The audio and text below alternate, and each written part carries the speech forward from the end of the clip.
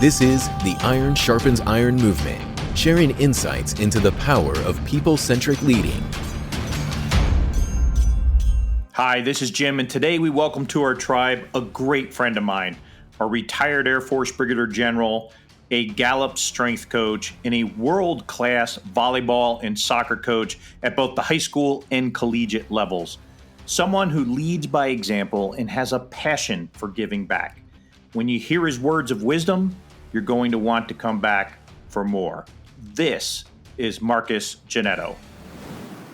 Iron Sharpens Iron Movement is brought to you by N2 Growth, a leader in executive search, leadership development, and talent management. We find and develop the world's best leaders. Learn more about our practice by visiting us at n2growth.com or click on the link in the show notes of this podcast. Marcus, welcome to the Iron Sharpens Iron Movement. I know our tribe members are excited to have you here today, and personally, as a close friend of mine, I'm really excited to talk to you for the next hour. Thanks, Jim. It's great to be on with you. I have been so excited to see Iron Sharpens Iron start to take hold and gain traction, for the tribe to increase, and especially this podcast. I mean, the people you have had on and the depth of conversation and the value that can be gleaned from that dialogue has just been amazing. So really kudos to you and off to such a great start with this podcast. Yeah, it's certainly exciting. You know, the whole idea is to just, provide some really interesting and intriguing content. It's mostly shaped around human-centric leading and what does all that mean. But, it goes back to the name, words matter. It goes back to the name of the podcast, Iron Sharpens Iron. It's the true meaning of, it takes others to make others stronger and better. And you can do that through critical conversations and through inspiration and all of those kind of things. And I think we're starting to meet those goals. And for all of those that aren't familiar, I know we've read your bio and the intro, but you and I have a history together of leadership and the passion for leadership and talking about leadership and all of those kind of things. And, we were exchanging emails the other day, and we got onto this thing about words matter. And just like iron sharpens iron, with how those words matter, in today's trying and unsettling times, it's no more important than ever to kind of focus on that words matter. And you shared with me a quote by Marshall Field that I wanted to make this podcast episode about. So, Marcus, could you share that quote? And of course, we'll have it down in the show notes, but I'd love to hear, this quote from you that you told me the other day. And then I say we dissect it and see what we get out of it. And maybe the listening audience will be inspired by it. Sounds good, Jim. Here we go. And again, this is a quote from Marshall Field, and we'll talk about him in a few minutes. Sure. To do the right thing at the right time in the right way. To do some things better than they were ever done before. To eliminate errors. To know both sides of the question. To be courteous. To be an example. To work for the love of work. To anticipate requirements. To develop resources. To recognize no impediments. To master circumstances. To act from reason rather than rule. And to be satisfied with nothing short of perfection.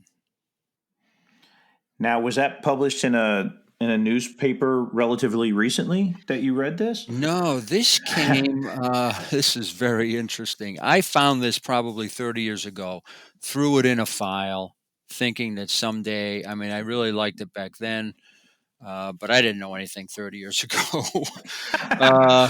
I don't know much more now, but I found it and I said, this is real gold, just like you said when I sent it to you. It was titled The Shepherd Idea. And these words were on the wall of the Shepherd Building in Providence, Rhode Island. The Shepherd Building was one of those old apartment stores. It had 5 floors. It had the restaurant downstairs. And every floor had, all their different wares, had big windows that they would decorate at Christmas and put the mannequins in, just like you see, in New York City. But Marshall Field wrote this in the early 1900s. Field was the guy that really developed the idea of the department store And he introduced ideas such as, credit, such as the one price system, or, being able to return merchandise and get a refund, and also the department store restaurant, which, not so popular anymore, but was really popular in, mid-century. So Marshall Field, yeah, he's the guy that penned these words. Crazy. So, even when you first read that, I'm closing my eyes, I'm listening to your voice, and you're saying these very powerful words, and they're well over 100 years old now. They certainly resonate with me today, not only from a leadership perspective, but I think just again in the relevance of our time and what all that means. And when we were kind of doing this before we hit the record button, we got on this about how words matter, and it's just so relevant today on how they are. It sure is. And you think of being a dad or a mom and things you tell your kids, or you think about being a mentor to someone and what you tell them, or what does a coach tell his players or tell her players, or what do leaders talk to their people about. These words are so powerful, the way that he put them together. I mean, we again, we were talking earlier, and I think, when you think of core values, these things we hold so close, and that we build our philosophies upon, and that our core values help point us to true north in good times and bad times. And they're these ground level beliefs that we have, uh, but now we kind of box them into small boxes as small phrases. But I think in the turn of the century, this is such a great example of how he or she or anyone, any leader of a business, would get the idea of what's right to their employees and how they should act, right? Yeah, And so I think this is a precursor to core values, what we see in every strategic plan and on a lot of business walls. Any business that has any any worth or any value, you go online, you can find their core values hanging there. This that's is right. what we believe, right? It's kind of funny when you first shared this with me, and I think that the title of the actual quote is called the Shepherd Idea, and I didn't realize that Shepherd was the name of the department store. I interpret the Shepherd Idea as shepherding the herd, like you are the shepherd as a servant leader. You shepherd your herd. You kind of speak in leadership terms out those ways sometimes, and that's actually what I thought it was about. I had no idea the department store was named Shepherd. That was the name of the department store, but it works equally well. In fact, I like your way better. Absolutely. Interesting. And so, why don't we dissect this a little bit? I'd love to know what you think was going through his mind at the time and how it relates today from a leadership perspective on these different phrases. Like, how does it impact you? What does it mean in today's terms and all that? So, like, when he starts it off with to do the right thing at the right time in the right ways. Man, well, we think back to our common background of the Air National Guard, Hmm, being part of the Air Force. But one of our tenets from the director back then, 8 or 10 years ago, was exactly this. As we developed our people, we looked for putting the right person in the right place with the right skills. You remember that, that's right. right? and Absolutely. and we got so much out of just those words that, this is diversity. If you let's just put the right person in the right place with the right skills at the right time, right? That's having a diverse pool. His idea was to develop a pool of people so that we could find exactly what he said, the right person, put them in the right place, make sure they have the right skills, preparing our folks. And so I think of that when I think of this, but I like this, and I like this in a couple of ways. One, it reminds me of that diagram where you have four quadrants, right? one that says, do the right thing in the right way, then you can do the right thing in the wrong way, and then the other quadrant, you can do the wrong thing the right way, and then the bottom quadrant was do the wrong thing in the wrong way. And so you're starting in that bottom quadrant and you're helping people find their way to that top box where they're thinking about how they can do the right thing in the right way. We have all ended up in all four of those boxes at one time or another. But I think, how do you say that? How you don't put a box with those four things in your uh, corporate philosophy page and your strategic plan, or you don't hang that in front of your folks. But I think that's what Field was saying here, that this is what it means. You want to be always striving to do the right thing at the right time in the right way, without, and all three of those things are important, Jim, right? Yeah, correct. And it's interesting. It's like I think everybody, if you really break it down, they know what right looks like. I think everybody instinctively know what right looks like, and there's that assumption there. But what I find fascinating, if you look at today's environment, I think there's a challenge, rightfully so. There's a challenge that says, what is right? What is the definition of the right way? Have we been programmed to think of things potentially? We think we're doing the right things, but have we really defined what is the right thing to do? And are we looking at it through the right lenses?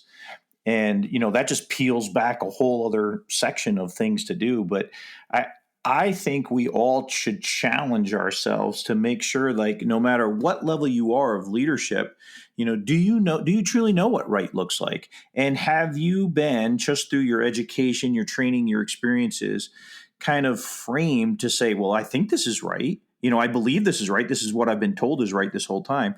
But we could potentially question all of that. For sure. My question to leaders, or my question, if I was refereeing, my question is coaches, or a lot of people I see out there doing this leadership thing, is, have you taught your players? Have you taught the people you work with, that you work for? Have you mentored up to your boss and said, hey, this is what right looks like? Just like you said. Yet, yes, I think they know deep in their heart, but you know what? When they hear it from you as a coach, as a boss, as a dad, as a mom, as a leader, that is the education piece that is so important for us as we work our way through life in those roles, right? Yeah. Teaching what the right thing looks like. I remember, I remember refereeing. I remember one time I failed as a referee. That I was in the stands. It was a game in East Providence, and East Providence had a rowdy crowd, right? And so as the head official up on the stands at a volleyball match, my back was to the majority of the stands, and on the other side of the gym, with no one behind them, were the two benches and the second official and the scorer's table. And so they're getting ready to start the game, and they said, "Please rise for the national anthem." We sing the national anthem, and then they announce the visitors. And when they began to announce the visiting team, I hear this rustle behind me. I turn around and I look, and a whole section of the stands had taken out newspapers and held them up and buried their head in the newspaper. And I'm going, well, that's kind of rude. They're your guests. These people are guests in your facility. Yeah, have fun. Yeah, cheer for your own team, but honor your guests. They It's going to Yeah. be decided on the court, but welcome them. Make them feel at home. And I'm starting to think about it. I'm starting to get angry. And then they announced the home team, and I realized I should have stopped right there, walked across, because now it's my game, right? Head official. So I should have stopped and said, we're not going to begin this match until we properly honor the visiting team. And I did not do it. I knew what the right thing was, but I didn't do it at the right time. And Right. so I think all three of these things have to go together like a three-legged stool, right? You you you can do the right thing, but if it's not at the right time, it's going to fail. If it's not in the right way, it's going to fail. If it's the right time and the right way, but not the right thing, it's going to fail. So I think all three of those, I think he got it right when he said all three of those things. I love that, and what a great analogy that you used too. Because I'm closing my eyes, seeing you right there in that chair, looking behind you and seeing that, and then just those few minutes going through your brain, and here it is years later, and it still gets at you, right? Yeah, it Because bothers me, you knew what right was. but I didn't do it. I knew what it was. I had the ability to step in, and it wasn't timely enough. I just was not on it quick enough. And now the ball's being thrown out and they're getting ready to start the game. And I'm going, ugh, always regretted that. But it's a lesson you learn, right? I mean, that's one of the biggest things that, when we talk about in the realm of leadership, how important experiences are, right? You got to have those experiences. You can't just sit in the house and pretend to lead or anything like that. That experience probably helped shape you for the next time when you had that same kind of challenge, though, That's for too. sure. Yes, Right? it has. Yeah. Oh, yeah. So yeah, it's the power of experiences for sure. So and so we'll move to the next phrase here: to do some things better than they were ever done before. It's interesting that he was saying this in the early 1900s, but to do some things better than they were ever done before. And so get me out of the cliche of going, oh, this just means process improvement.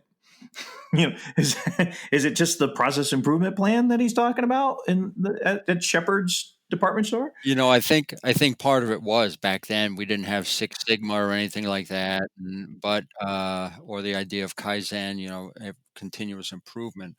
So I think there's some truth to what you're saying, that there is. It's not just saying better, but better than they were ever done before. What does that look like? How do you paint that picture for your people that, we're going to be the best at this? And how do we do that? How do you instill that, that idea inside of someone, and to make it intrinsic into someone that's working for you, that that your job is just not to come to work every day and, we'll pay you and do good work and be nice to the customers, but to do some things, not everything, but to do some things better than they were ever done before.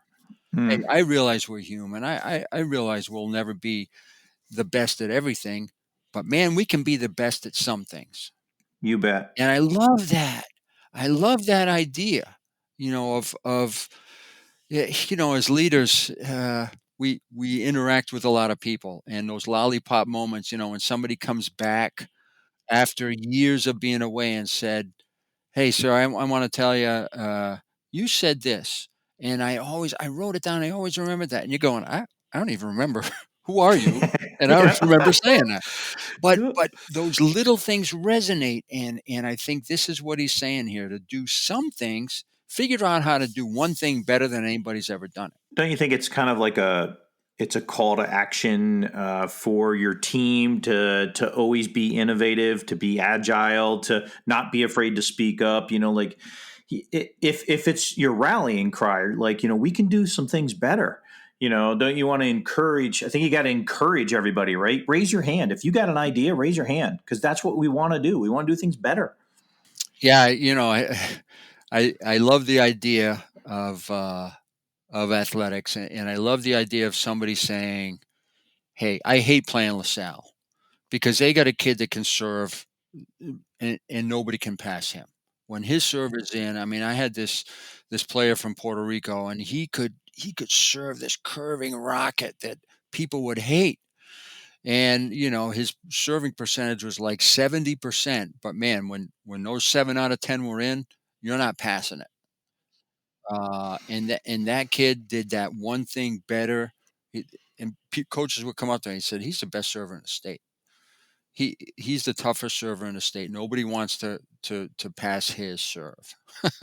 Oh my and gosh. and that's what we want. He's not going to be great at everything, Jim, but he's going to be great at that one thing. And that philosophy of coaching really for me went beyond coaching. I would love to tell the kids, listen, you do one thing better than anybody else on the team, you're going to play. It's just one little thing. If you can serve Yep. better than anybody else, you're going to have a chance to serve. If you can dig a ball coming within 6 inches of the line and make it playable, you're going to play. And so what is that, what is that one thing that you can do that we can try to have insight to into the people we work with, that we can draw that one thing. What is their wheelhouse, right? What is their strength? What can they do better than anybody else in our organization? And how do we draw that out? And, that's the power of empowering everybody on the team, no matter where they sit, right? From the newest employee to the CEO, if you can challenge them that way, if you can say, you have a voice and, bring up this idea or show us, demonstrate this value in work that you do. And if you work harder than anybody else, then, these payoffs happen.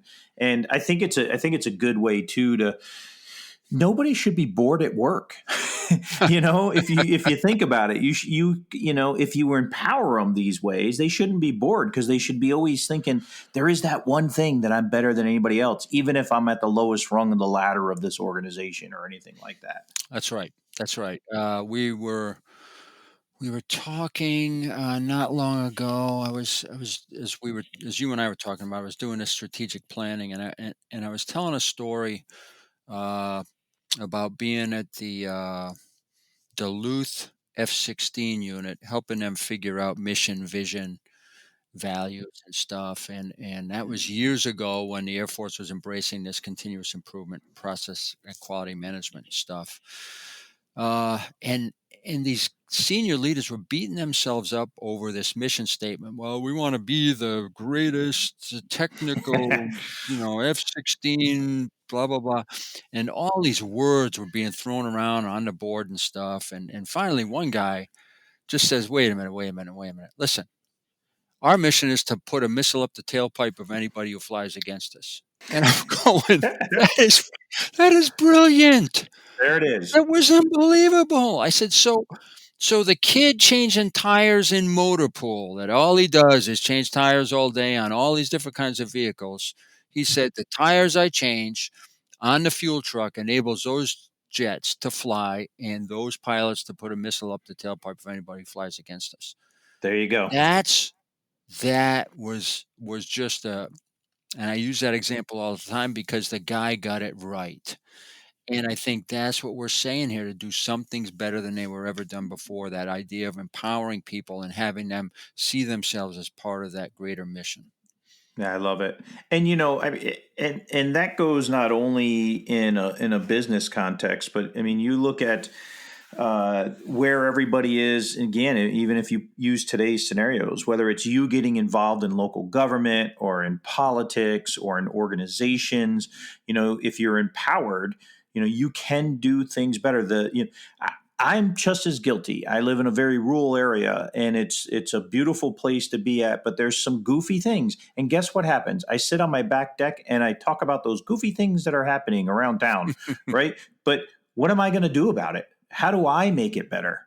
I have to be involved in the process so that I can help make that better, right? And Yes. not be a victim and all of those kind of things. And I think these statements are just so powerful. Again, it goes back to words matter, right? Words matter. Words I matter. think this next part of what Marshall Field says is probably an episode in itself, but I think it's a great bumper sticker to have a conversation about, and it's to know both sides of the question. That in itself, right? You should always know both sides of the question. But what's your take on that? I would always tell people when we're talking leadership, I said, you got to find out the rest of the story before you call somebody in or have one of those hard conversations, a disciplined conversation, or somebody comes to you and now they said, you gotta talk to this guy, boss. I'm ready to fire him. You gotta find out the rest of the story, because there is another side, and the truth is always in the middle. It's not Marcus's truth. It's not Jim's truth. The real truth lies. We see it the way we want to see it through all of our biases and all of our lenses. But the real truth is somewhere in the middle. And when you start to find that out every time, I can't think of a time that once I heard both sides of the story that I didn't either change how I thought about something, changed how I looked at something, or changed my course of action that I had planned to take before finding out the rest of the Could not story or agree both more. sides of the question. So that both sides thing, this what's the big word now in business that when we look uh, at successful businesses and successful people in business, that they are uh, smart on emotional intelligence, right? EQ.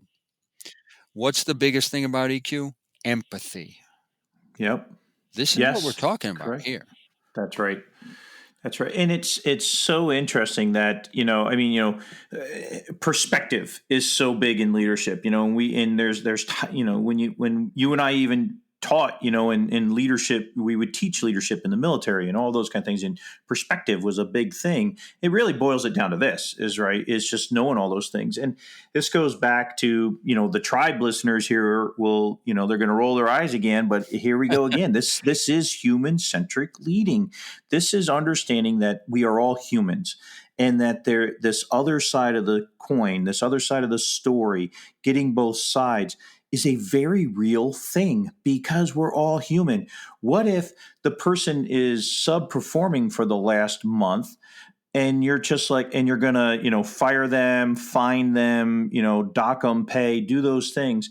But the realities are you didn't even know this, but maybe they just had a new baby and he hasn't been able to sleep for a month Correct. because of the new baby, or a father or mother had passed away, or name 1,000 scenarios. You have to dig at this so that you understand both sides of anything, because perspective is so important, and you can't judge anything just off of your own bias. For sure. For sure. I mean, everybody comes to work. Everybody comes to work dragging different size carry-ons, right? Some of them have that giant piece of luggage that they're no wheels and it's just dragging across the floor, and they're coming to work. And you Yep. see them like all beat up coming in 8 o'clock in the morning or 7:30 or whatever time in the morning. You're going, what the heck happened to you? Oh, you don't want to know. I said, well, I do want to know. Because I need you to be here today, but if it's more important for you to be somewhere else, then you need to be there. But and then some people are just taking this little backpack to sling over the shoulder, and they're walking around like no weight to it, and it's the same backpack every day. And then some people are this little one this day, and then the next day they're dragging, and the next day it's mid-size, but everybody brings different things to the table each day, and man, you got to just know your folks, right? You got to know your boss, you got to know the people next to you, and you got to know the people who work for you. Somebody in the organization needs to know what's going on in that person's life. If you're a senior leader or a mid-level leader, it may not be you, but it may be their immediate supervisor or somebody who works with them. But somebody's got to be in touch with them enough, and you have to create that atmosphere enough so that if it's something that's going to infect or affect how they work that day, then you need to know about it without being, of course, invasive into their private life or anything. But Sure. And what's funny though is, as you were talking and you talked about us slinging the little light pack and skipping around and all that stuff, I think we fall in the trap of focusing on the negative, instead of equally focusing on the positives too. So when you were talking about you got the big old carry-on, no wheels, it's dragging, it must weigh 100 pounds, even though it shouldn't be for a carry-on, and you're doing that. We all know those scenarios. We all like, oh boy, But the person that's skipping around and life is grand and all that stuff, do we take that amount of time too and go, hey, what's going on? How why are you so happy? Tell me about your life. Bring some joy into me, and have those positive moments. I think we just always gravitate towards the worst case scenarios and the ones that drag down the organization. But you know what? If if Johnny or Sally has figured out a way to be super resilient and all that, why shouldn't we find that out and spread that to the organization too? Oh, for sure. I mean, there's a company here in Rhode Island, and I love what they do. They're big in process improvement, and they have embraced this idea of strengths. So every morning, they're a manufacturing company. They get everybody in that shift together, and they talk. They have a safety minute. They talk about strengths. Somebody calls out somebody else that they saw using something that they're really good at, and then somebody else stands up and says why they're grateful that day. Could be Oh, about wow. anything, right? And that's how they start their day. It's 10 Awesome. minutes in the morning, they're all together. This is 80 people, then they go out to their machines and they create, these, industrial vibrators that shake, they shake rail cars and stuff to get gravel out of them, and it Yep. but they're just putting widgets on other widgets and building these world-class pieces of machinery, but they start every day about what they're grateful for. That's awesome. That's a great segue into the next phrase here about how, like, so you talk about that level of gratefulness and gratitude. Field's next part, to be courteous, to be the example. That's powerful stuff too. And let me ask you this, from an energy point of view, does it take more energy to be courteous or to be a jerk? I mean, is it more energy, less energy, same energy? What's Uh, well, I think for some people it's really easy. Our job is to convince them that that shouldn't be that easy for them. But man, and you see these negative people going around with the weight of the world on their shoulders a lot of times. They say, it's not about being courteous, but I think positivity rolls into this being courteous. But I think in here, Jim, I think this talks about intention. mm, To be courteous, it takes a little bit of effort. Yeah, yeah, it's easy once you get in the habit, but I think that it's intentional. I mean, if you it's a start the fair day point. saying, "I want to be intentional about being courteous today," or pick any of these things. But I think, this idea that leaders are intentional, this is one of the things in these words, in this little piece by Marshall Field, that requires us to be intentional. I want to be courteous. When someone comes in my space, people say, I just work in this little desk, and uh, you know, I, I'm such a small part of the company, but I just come and do my work every day. But you know what? You're going to interact with people at some point in the day, always. Be courteous, be nice, be helpful, answer your phone. This is these little professional things. Courtesy means replying to an email in a timely fashion. Courtesy means answering or not answering your phone, maybe when somebody's in a conversation with you, and Mm-hmm.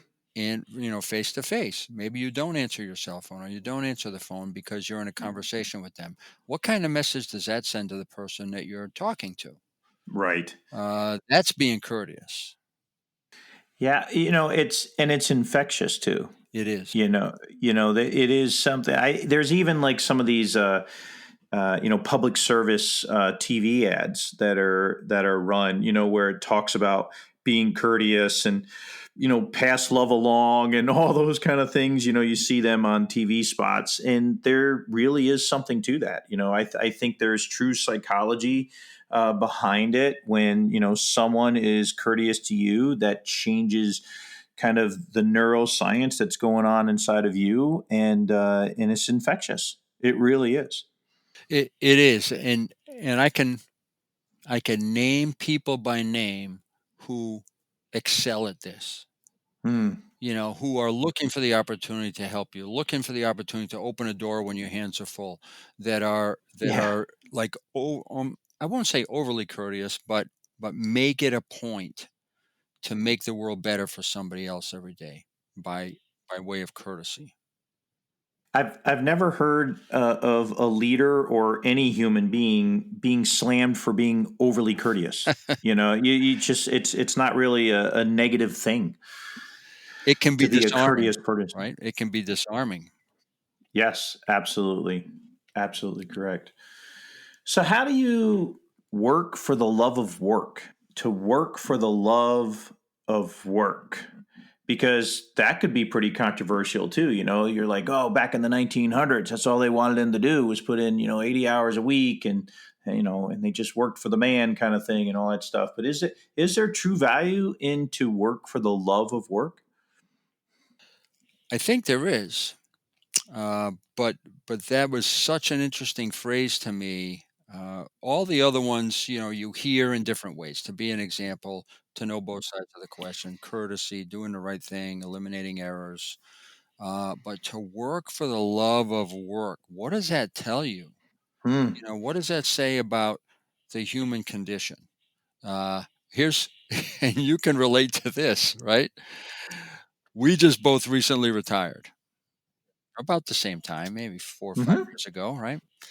Uh, what did you do when you retired? I cried like a baby. Okay, after that, what did you do? I wished I was back in, to be honest. I took a break, and I decompressed and I did all those kind of things. And I don't know where you're going with the question, but I will tell you honestly that I tell everyone for the first 30 working years of my life, which was when I was in the military, I never worked a day. I never worked a day because I loved that experience and being able to serve my nation so much that I fall into this. To work for the love of work is because I felt it was not work because I loved it so much. And that's what he's getting at, I think. My question was around the idea of, you didn't say, I'm going to sit on my back porch, drink a lemonade, watch the sun come up and go down, Oh and no, I mow the went right lawn. back to work. Right? You Right. did. You did. Because you had to? No. Because you wanted to? Yes. Because, you're like me, and we've talked about this, that someone has given so much to me in my life that I'm not going to sit back and just enjoy the fruits of that. I got to get it all out of my head. I only got a few, I got maybe another 20, 30 years to go. I got to start shedding some of this stuff that I've been given all of that time, and give back in some way. If we can do it via, like we're doing now, a podcast, sharing some of this wisdom, like we, like we had said, this is one beggar telling another beggar where to find bread. This isn't, you know, I don't want you to spend 50 years of your life learning the same lessons that it took me that long to learn. So working for the love of work, we were made to do things, and to look back at the end of a day saying, this is just good work. I feel good about Yeah. digging that hole. I feel good about planting that garden. I feel good about moving all that gravel to a space in the yard that needed it. I mean, it's hard work. Getting somebody to think differently, that's hard work. Whatever you're doing, to look back and say, this was a good day. This was, and I don't think anything really captures it better than, in the Air Force anyway, than aircraft maintenance. At the beginning of the day, these airplanes were broken and could not fly, and at the end of the day, they're flying, and they're flying safe. And Yep. so boy, and that's what drives those maintainers. They come in late, they come in early, not unlike most people in the military, in particular jobs. They take so much pride in what they do. But man, when they see that airplane, again, something that was broken earlier in the day, with this team effort now is flying, uh, they go home saying, this was a good day. This was a good day to work for the love of work. And it does. I think this is inspiring. This part of our conversation is inspiring in the fact of, go find your passion. Like, you don't have to feel trapped. And if you don't have the love of work, Find what does give you that love. Chase your passion. Don't be afraid of it. And as you said before, there's only a certain amount of days that we have on this earth, on this go around. And so you don't want to waste those moments. And so find the work that you love, and it really isn't work at that point. Absolutely. So the next one's interesting too, because we can think about this even again in kind of the times that we are in today, to anticipate requirements and to develop resources. This is really interesting that even back then, when he was thinking about and I think this was pretty brilliant over 100 years ago, to somebody talking about anticipating what requirements are. That's a fairly intelligent phrase, and how they used it back then, and develop resources. So talk to me about your perspective on that. Well, think about it. So I'm having some work, significant work done on our house. Where we are adding 2 rooms on the upstairs that are really unusable because the ceiling's so low. Kind of like the Cape, you walk upstairs and you can only have 3 Oh feet in the room, yeah. right under the pitch of the roof that you can walk in, right? So we're having some work done, and I was out talking with the different contractors, and some of them know each other, and they said, I love working with Leo. I said, why do you love working with Leo? He said, because Leo knows what I do. And before I come in the next day, Leo knows that I'm going to have to pour this cement. So he makes sure, number one, all this stuff is out of the way of the truck. Number two, that his guys are ready to go once that cement's poured. But he was saying that Leo could anticipate what he needed, not what Leo needed, but Leo was looking at the other folks around him and saying, okay, I know what you need. Let me help. Let me work my end of it so that your job is easier, to anticipate what was coming up the next day and being prepared for that. I loved that, and I love what he was talking about. He said, "I love working with Leo. He knows what I need before I know I need it." You know what I'm saying? That's it, right? Yeah. Yep. And that's almost like watching a symphony, right? Being the conductor. You as a leader, as a conductor, and you got the symphony, and they just know, like you're just anticipating that next thing that's going to happen. It all sings at the end. Hey, when you were in the chief's office, right? Um, you had people that did this. Yes. Everybody that I interacted with in your office, they said, "Hey, sir, hey, here's what's going on," and they were trying to figure me out and anticipate my needs, but I could see them making your job easy.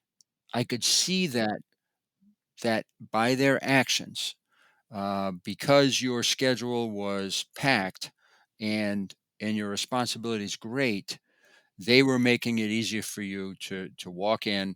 They would lay I remember one day I was there, and they were laying your schedule on your desk. Hey, here's what you got going on. This was canceled. Somebody else called. We're trying to get ahead of next week. And they are Yep. anticipating those things for you. How easy did they make your job? Oh my goodness. Right. What's interesting is, that's a good example, because by having that well-oiled machine, that high-performing team, doing those things, anticipating those requirements, it absolutely made my job easier. But what it did was it propelled the organization forward that much quicker, because the little obstacles that normally slow things down were taken away because of that high performing mindset of anticipating requirements. Yeah, it's amazing. And it certainly works. There is no doubt about that. It certainly works. So, I just kind of talked about knocking down obstacles. That's here we go with Marshall going into the next part. To recognize no impediments and to master circumstances. So, That's a huge mindset thing. Don't you think that's a big power statement? Recognize no impediments, master your circumstances. Sounds like, somebody from the top of the roof just, shouting it down and getting everybody ready to go. Super powerful phrase right there. Yeah, we will recognize no impediments. I could That's see right. the hand going, the fingers pointing. But what a philosophy. Yes. What a philosophy that we're not going to let things stand in our way, that this is where we're going. Uh, we'll figure out how to get there, but we're going to head in that direction and not give credence to things that are going to limit us. It's funny. I had a live stream broadcast yesterday on the topic of resiliency, and one of the co-hosts that were on there, she was an endurance runner, and she was a cross country skier, and she was talking about the second breath. And about at a certain point, you just become completely beat down in endurance, and your body can't get anywhere. But then you get your second breath, and then from that second breath, you kind of pick things up and going on. And the resiliency expert in there was, talking about like the human has a they're conditioned, they're preconditioned that even though physically you're breaking down and everything on the level, on the surface, you're tired, you're dehydrated, you're all that stuff. But psychologically, you can go to the next level. You can have that second breath, get your second wind, all of that. And this is almost like how you're talking, when you can get to the point to where you don't see these obstacles. You can say, okay, here's an obstacle, but we're going to go beyond it. We're going to go beyond that obstacle because we have that mentality to go beyond. Right. And to do better and don't see these kind of things. Right. To recognize. It's not saying they don't see them. Yeah. Not going to Great point. give them their due. They're going to just blow right by them. I love that. Again, and then how you go ahead. I'm sorry. No, I was going to say, that mindset of just, when we were flying C-130s, we'd come across a storm front, right? And it's just 100 miles long. We can't go around it. So we find the weakest part, point right into it, 90 degrees, and blow through it. I mean, you've been there when you're flying into weather. You're not going to kind of angle through it. You're not going to, if you can't go above it, let's just point the nose in. The airplane's built for this. This is what we do, all weather airplane. Let's fly right through it and get out on the other side. Best aircraft in the Air Force, by the way. It's a great airplane. So to master circumstances. Yeah, think about that. Imagine seeing that in a recommendation. I would have loved to have this when somebody said, "Hey, boss, can you write me a recommendation?" Man, to put that in there, this gal, you want to talk about somebody that can master circumstances? Let me tell you about her, right? Power phrase, absolutely. Yeah, but it's just not said like that, in these days, right? But what does that look like? What's being a master of your circumstances look like? It's kind of interesting. So when I first read it and I started to dissect this, I bring it back to victim victor. That's how I bring it. Like you can be a victim to any circumstance that happens to you. Like today, it's partly cloudy and it's been raining on and off, right? Or, to master my circumstance of today's weather and how do I become victorious of it? How do I become a victor instead of a victim? It's actually partly sunny, not partly cloudy. It's partly sunny. And guess what? It hasn't rained the whole day. So the whole day is not wasted. Right? It's the same scenario, but I've mastered my own circumstance about it. And you can do that in your environment, anywhere you are. Victim, victor. I think this is one of the most powerful things that any human being can be self-aware about. You can be victimized by anything, or you can be victorious in your thoughts and actions. It's a mindset, right? Absolutely. This idea of mastering circumstances, that this is how I'm going to look at it. I'm going to go in and this thing is not going to conquer me. You see this with cancer survivors, that's not woe is me. It's okay. I get it now. This is going to be a tough thing. I'm not going to let it get to me or get the best of me at all. I will master these circumstances. We see it with people coming back from whether it's wartime or from an accident where they lose a limb or they have some severe physical thing that happened to them. What do? They master these circumstances. They overcome those things that could hold them back or that they've seen hold other people back, to master circumstances. But again, we understand it. We understand it pretty clearly in that light, or in the light of being the victor or not the victim. But this is on the wall of this department store, Yeah. right?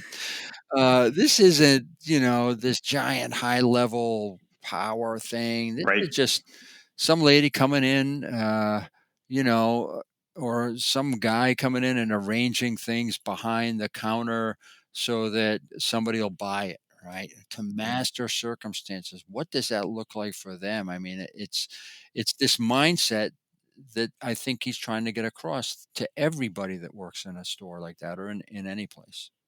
Absolutely. This does read of such positivity and, self-empowerment. It is amazing, and we certainly haven't talked about breaking this down, Marcus, before we started talking today on this podcast, but man, this thing is amazing. It is awesome. And then we'll take a look at the last sentence here. To act from reason rather than rule, and to be satisfied with nothing short of perfection. To act from reason rather than rule. Wow. I mean, look at the news, Exactly. right? Yeah. Look at the news. What the heck is going on here with people wanting to? I mean, it's a amazingly historic time for our country, and really now we've seen for the world with acute police violence, and then the other side of the story where there is unfair treatment, and then a possible way forward is to defund the police. I mean, uh, what's reasonable when we Yeah. say leaders should be unreasonable? Yeah. That's a podcast in itself. But I think we're looking at, there's another term that you don't hear nowadays. To act out of reason. Mm-hmm. And I think we can be those rule followers, and then to what end? Hey, listen, Right. I'm all for following the rules when the rules are there for good reasons, but then there are times when the mission will not get done if you follow the rules, and you do the weigh thing, right? You're weighing the benefit and the cost. That's right. And what is the cost in human life? What is the cost to man and machine? If we do this and we take this action, which is against the rules, but in total harmony with the mission and getting the mission done. And so you're looking at it and saying, I'm going to act from reason, maybe not act from rule. Yeah. And I've got a great example that, for a few years prior to 9/11, before I came back into the military full time, I was a state trooper. And I had one simple rule that was a personal rule of mine when I was just sitting out on the interstate and, running traffic and things like that. It was 9, you're fine, 10, you're mine.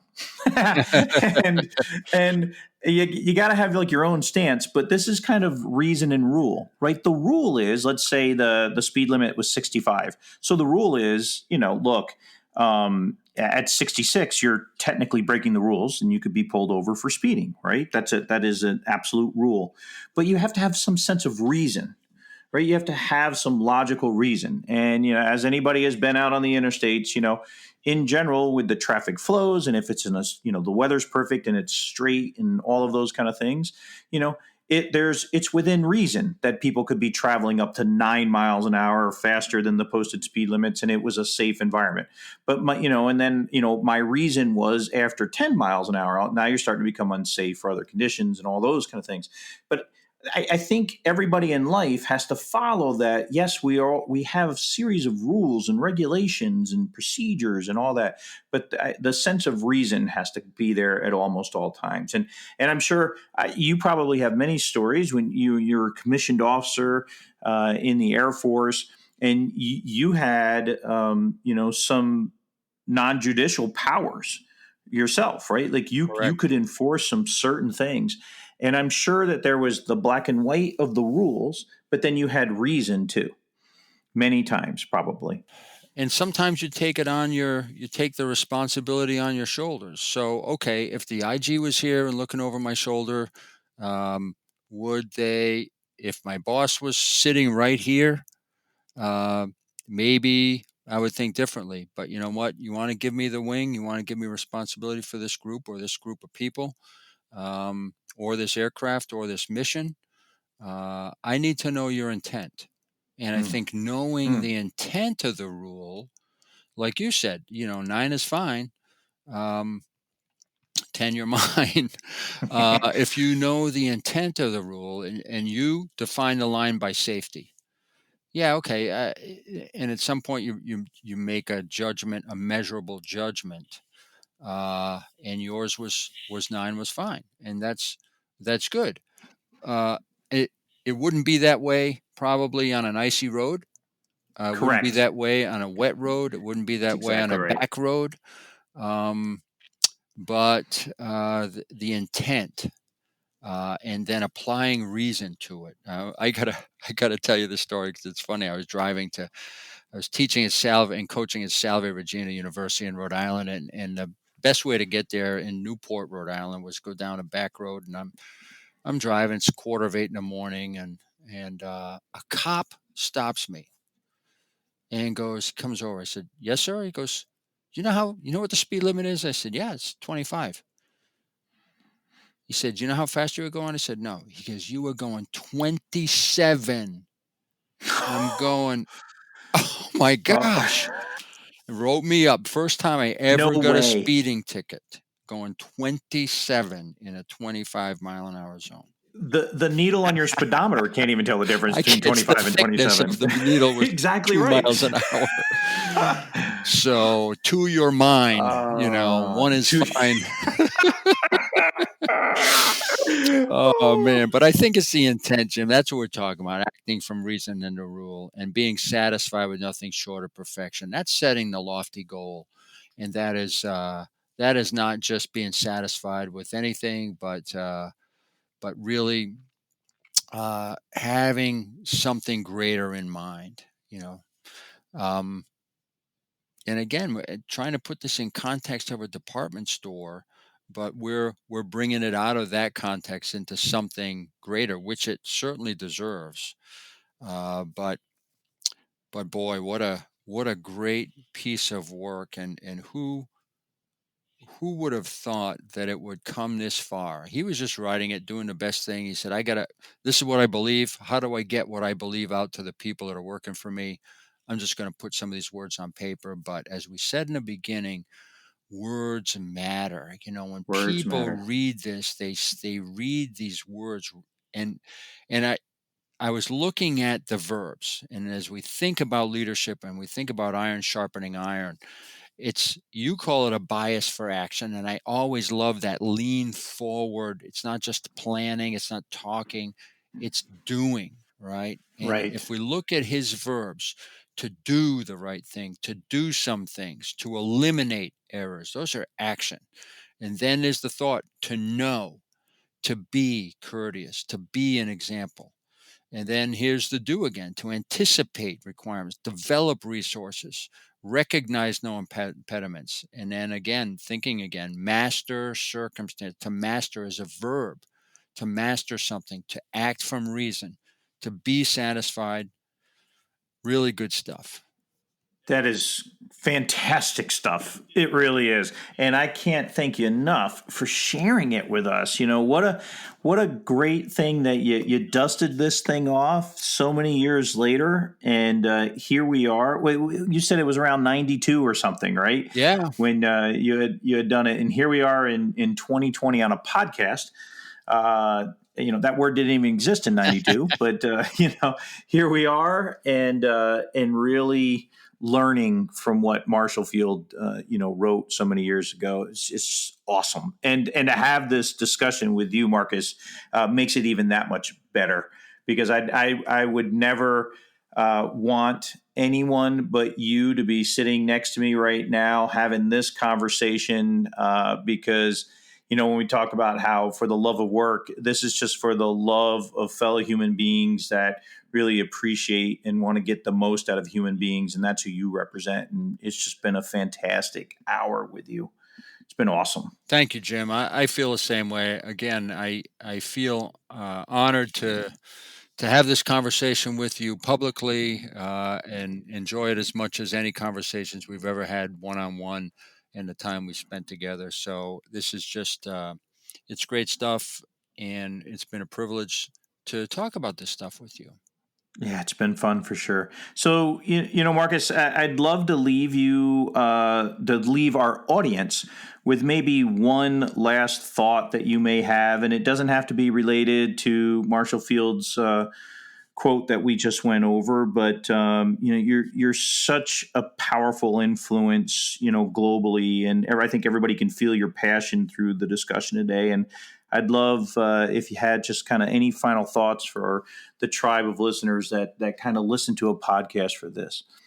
Yeah, I pulled out my little green book that I try to write leadership notes in and quotes and things, and it's open to this quote by Churchill, which not super relevant to our conversation today, but really relevant to the effort that you're putting forth in the audience for this podcast. And he said this: success is not final, period. Failure is not fatal, period. It's the courage to continue that counts. Success is not final. Failure is not fatal. It's the courage to continue that counts. Goosebumps. Man, think about that. Goosebumps. Yeah, I love it. I love it. Well, we are all encouraged also by the courage to have these kind of conversations and to be inspired by your insights. So again, Marcus, thanks again for joining the Iron Sharpens Iron movement, and we're honored to have you. The honor's all mine, Jim. Good luck, and I look forward to our next conversation. Sounds great. Thanks, everybody. Thanks for joining our leadership movement this week. Talking to Marcus about the power of words and the journey we went on to dissect those impactful phrases was just awesome. Don't forget our show notes are posted on the website with key leader takeaways, and be sure to subscribe to the podcast and tell a friend so we can continue to build our tribe. Until next time, remember that iron sharpens iron. Make yourself and others around you better every single day.